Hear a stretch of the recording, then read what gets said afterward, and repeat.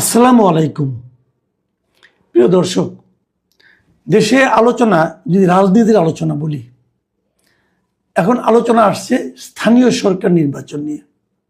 মানে এই যে বিভিন্ন সিটি কর্পোরেশন, উপজেলা, তারপরে আপনার পৌরসভা, ইউনিয়ন পরিষদ, এসব নির্বাচন নিয়ে আলোচনা হচ্ছে।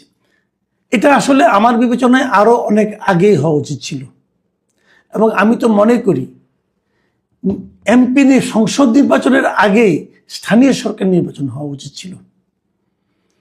দুটো কারণে উচিত ছিল। প্রথমত, স্থানীয় সরকার নির্বাচনটা ধাপে ধাপে হয়, একবারে বড় করে হয় না। কাজেই ছোট ছোট করে হলে নির্বাচন কমিশনের সক্ষমতাটা আমরা ওখানে বুঝতে পারতাম। এই নির্বাচন কমিশনকে কিন্তু আমি খুব একটা সফল নির্বাচন কমিশন মনে করি না, কারণ ওনারা গণভোট নিয়ে যা করেছেন সেটাকে ন্যাক্কারজনক ঘটনা বলে আমার ধারণা। যাই হোক, সে আলোচনা অন্যদিন করা যাবে, আগেও বহুবার করেছি। বাট স্থানীয় সরকারটি নিয়ে কথা বলি। তো স্থানীয় সরকার নির্বাচনটা আগেই করা উচিত ছিল, করা হয়নি। কারণ স্থানীয় সরকার নির্বাচনের সঙ্গে নাগরিকদের নানা ধরনের প্রয়োজনীয় কর্মকাণ্ড জড়িত থাকে। ধরেন একজন নাগরিক সত্ত্বায়িত সার্টিফিকেট, নাগরিকত্ব সার্টিফিকেট, একটা চরিত্রের সার্টিফিকেট, একটা আপনার ওই সম্পত্তির যখন ভাগাভাগি হয় তখন সেটার একটা আপনার ওয়ারিশান সার্টিফিকেট, এ ধরনের অনেকগুলো সার্টিফিকেট কিন্তু এই কাউন্সিলর এবং কমিশনাররা দিয়ে থাকেন। সিটি কর্পোরেশন, ইউনিয়ন পরিষদ অথবা আপনার সিটি পৌরসভা, এগুলোতে এগুলো থাকে। তো সেটা খুব জরুরি। পৃথিবীর যত সভ্য দেশ আছে এবং যে সমস্ত জায়গায় জনগণের আপনার ক্ষমতাটাকে জরুরি গুরুত্বপূর্ণ দেওয়া হয়, সে সমস্ত দেশে কিন্তু স্থানীয় সরকার খুবই শক্তিশালী থাকে। এবং বিভিন্ন এলাকায় আমাদের এখানে যেমন উন্নয়ন কর্মকাণ্ড মানে হলো যে এমপিদের একটা একতন্ত্র, এমপিরাই সেখানে রাজা, এমপিরা যা বলবে তাই হবে। স্থানীয় সরকার শক্তিশালী হলে পরে এমপিদের সেই দৌরাত্ম্যটা আর থাকে না, এবং সেটা থাকা উচিত নয়। কারণ এমপিরা তো পার্লামেন্ট মেম্বার, তারা স্থানীয় পর্যায়ের উন্নয়নে কেন তাদের ভূমিকা থাকতে হবে?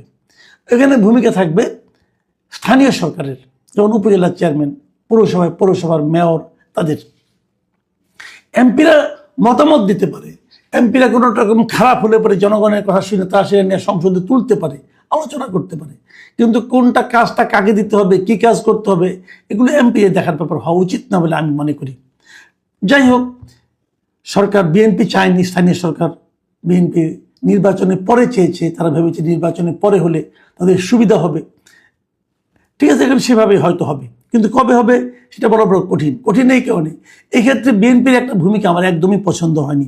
সেটা হলো, তারা ক্ষমতায় আসার পর সংসদ নির্বাচনের পরপরই তারা এসে প্রথমে যেটা হলো 2 দফায় দেশের 11টি সিটি কর্পোরেশনে দলীয় ব্যক্তিকে, তাদের দলের ব্যক্তিকে প্রশাসক হিসেবে নিয়োগ দিয়েছে।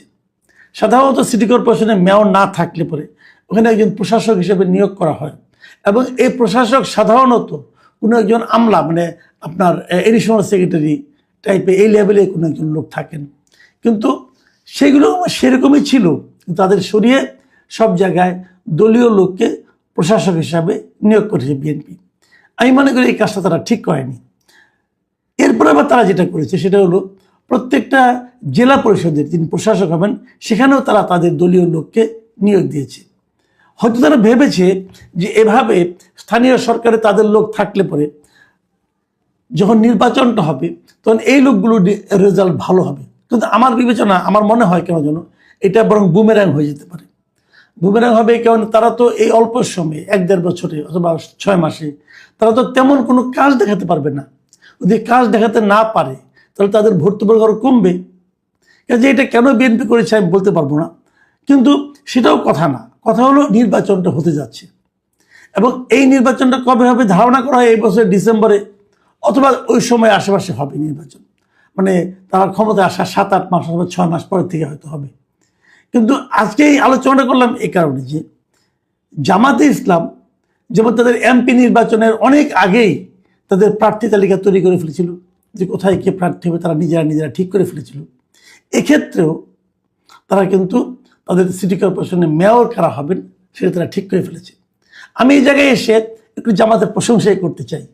আমি চাই এই কারণে, দেখেন এই যে মহিলা এমপি নির্বাচন হলো, বিএনপি থেকে তারা নির্বাচন করেছে, যে বিএনপি থেকে যে মহিলা এমপিগুলি হয়েছে তাদের জন্য আপনি ভাবেন প্রায় 1,500-2,000-এর মতো লোক কিন্তু আবেদন করেছে। মানে এত বিশাল লোক থেকে বিএনপিকে বেছে নিতে হয়েছে যে তারা কাকে মহিলা এমপি বানাবে, এবং এটা নিয়ে ধাক্কাধাক্কি, ধরাধরি, এরে ধরে তারে ধরে নানা রকম, এটা নিয়ে নানা রকম স্ক্যান্ডালও হয়েছে, কিন্তু যা কখনোই বিএনপি করে না এমন লোকও কিন্তু মহিলা এমপি হয়ে গেছেন। যারা মহিলা এমপি হওয়ার জন্য অনেক দিন ধরে আশায় ছিলেন তারা হতাশ হয়েছেন, যারা দীর্ঘদিন ধরে রাজনীতি করেছেন, অনেক ত্যাগ স্বীকার করেছেন, তারা হতাশ হয়েছেন। কিন্তু এর বিপরীতে দেখেন জামাত কি করেছে। জামাতের কারা মহিলা এমপি হবেন এটা নিয়ে কোনো আলোচনা নাই, জামাতের মহিলা এমপিদের কোনো আবেদন করতে হয় নাই, কোনো কিছু করে জামাত তার কমিটি বসে তারা ঠিক করে দিয়েছেন যে কারা কারা মহিলা এমপি হবেন। এটা নিয়ে কোনো বাদ প্রতিবাদ নাই, কেউ দল ছেড়ে চলে যায় নাই, কেউ অভিমান করে দুইটা কথা বলে নাই। তো আমি একটা জিনিস বুঝি না, সেই জিনিসটা হলো বিএনপি তো যাদেরকে মহিলা এমপি হিসেবে ওনারা মনোনয়ন দিয়েছেন সেহেতু বিএনপির সেন্ট্রাল কমিটি বসেই অথবা নির্বাচন পরিচালনা কমিটি বসেই তো এইটা মনোনয়নটা দিয়েছেন। তারা যদি জানেনি কাকে মনোনয়ন দিবেন তাহলে সবার কাছ থেকে আবার ওই 50,000 টাকা 52,000 টাকা নিয়ে আবেদন করতে বলা কেন? এটা কি ফান্ড সংগ্রহের একটা পদ্ধতি? এটা খুব প্রয়োজনীয় ছিল কি? তো এই যে বিষয়গুলি না আমার বিবেচনায় এগুলি রাজনৈতিক দুর্বলতা হিসেবে মানুষের সামনে কিন্তু এসে যায়। আমি এই জন্যই এর সঙ্গে আমি জামাতে ইসলামের তুলনা করলাম যে জামাতে ইসলামের প্রার্থী দিয়ে কিন্তু কোনো হইচই হয় না, তাদের মধ্যে বলে না একটা পোস্টের জন্য তাদের এখানে 20 জন 10 জন কিন্তু প্রার্থী আসে না, মনোনয়নপত্র কেনারও কোনো ঝামেলা থাকে না, তারা নিজেরাই ঠিক করে যে আমরা কাকে দেব কাকে দেব না। সবাইকে আমরা চিনি, দলের জন্য কার কি ভূমিকা আছে তাদেরকে তারা মনোনয়ন দিয়ে দেয়। এক্ষেত্রেও এই যে সামনে স্থানীয় সরকার নির্বাচন হবে, তারা কিন্তু সিটি কর্পোরেশনগুলোতে কাদের কাদের নিয়োগ দিবে, এই মনোনয়ন দিবে সেটা তারা এরই মধ্যে ঠিক করে ফেলেছে। আমরা প্রথম জানতাম যে ঢাকা দক্ষিণে সাদিক কায়েমকে দেওয়া হবে, সেটা তো ঠিকই আছে। সাদিক কায়েম ঢাকা বিশ্ববিদ্যালয়ের ভিপি, এবং বলা হচ্ছে যখন নির্বাচনটা হবে গত বছর 25 কিন্তু সেপ্টেম্বরে ইলেকশনটা হয়েছিল, তার মানে ডাকসুর মেয়াদ তো 1 বছর, তাহলে 26 সেপ্টেম্বরে মেয়াদ শেষ হয়ে যাবে, তার ছাত্রত্ব শেষ হবে, তো তাকে দেওয়া যাবে।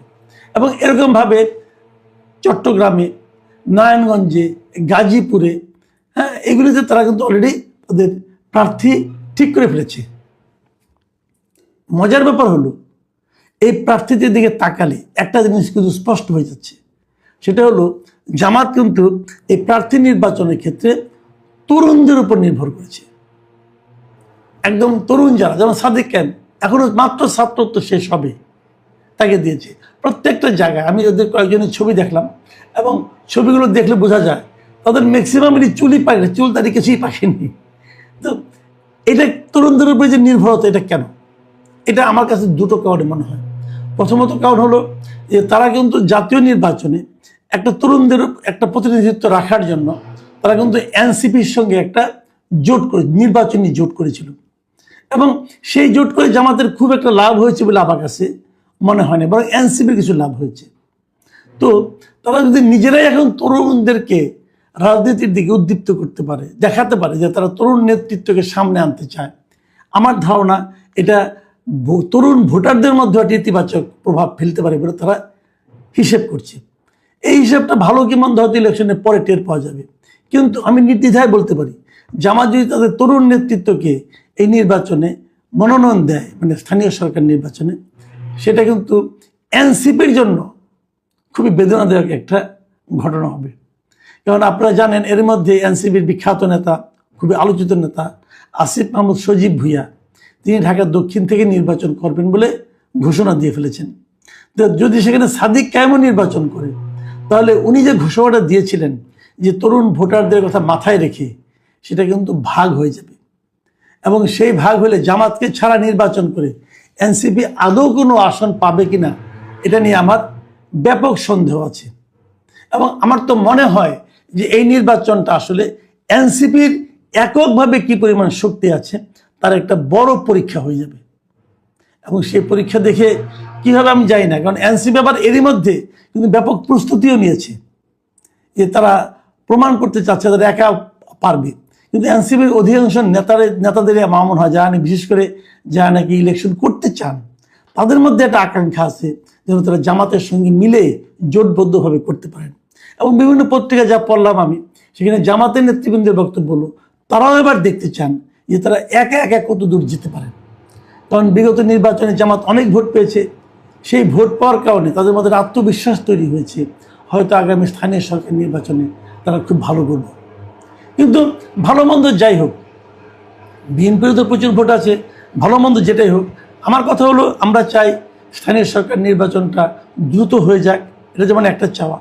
আবার দ্বিতীয়ত চাই যে জামাত যেরকম কোনো রকম হইচই ছাড়া নিজেদের সাংগঠনিক দক্ষতার পরিচয় দেওয়ার মাধ্যমে নিজেদের প্রার্থী নীরবে নির্বাচন করতে পেরেছেন, মনোনয়ন ঠিক করতে পেরেছেন, আমরা চাই যে বিএনপিতে সেরকম কিছু একটা হোক। এই মনোনয়ন নিয়ে যদি এত মারামারি হয় তাহলে নির্বাচনটা কেমন হবে? মনোনয়ন নিয়ে মারামারি হওয়ার অর্থ হলো নিজের দলেরই আরেকজন প্রার্থীকে বিদ্রোহী প্রার্থী হিসাবে কিন্তু একভাবে দাঁড়ানোর জন্য প্ররোচনা দেওয়া। সেটা নিয়ে দলীয় একটা সরকারি দল যেটা, তার দলীয় ঐক্যটা আমি মনে করি আরও একটু দৃঢ় থাকা উচিত। প্রিয় দর্শক, এখন এ পর্যন্তই। আল্লাহ হাফিজ।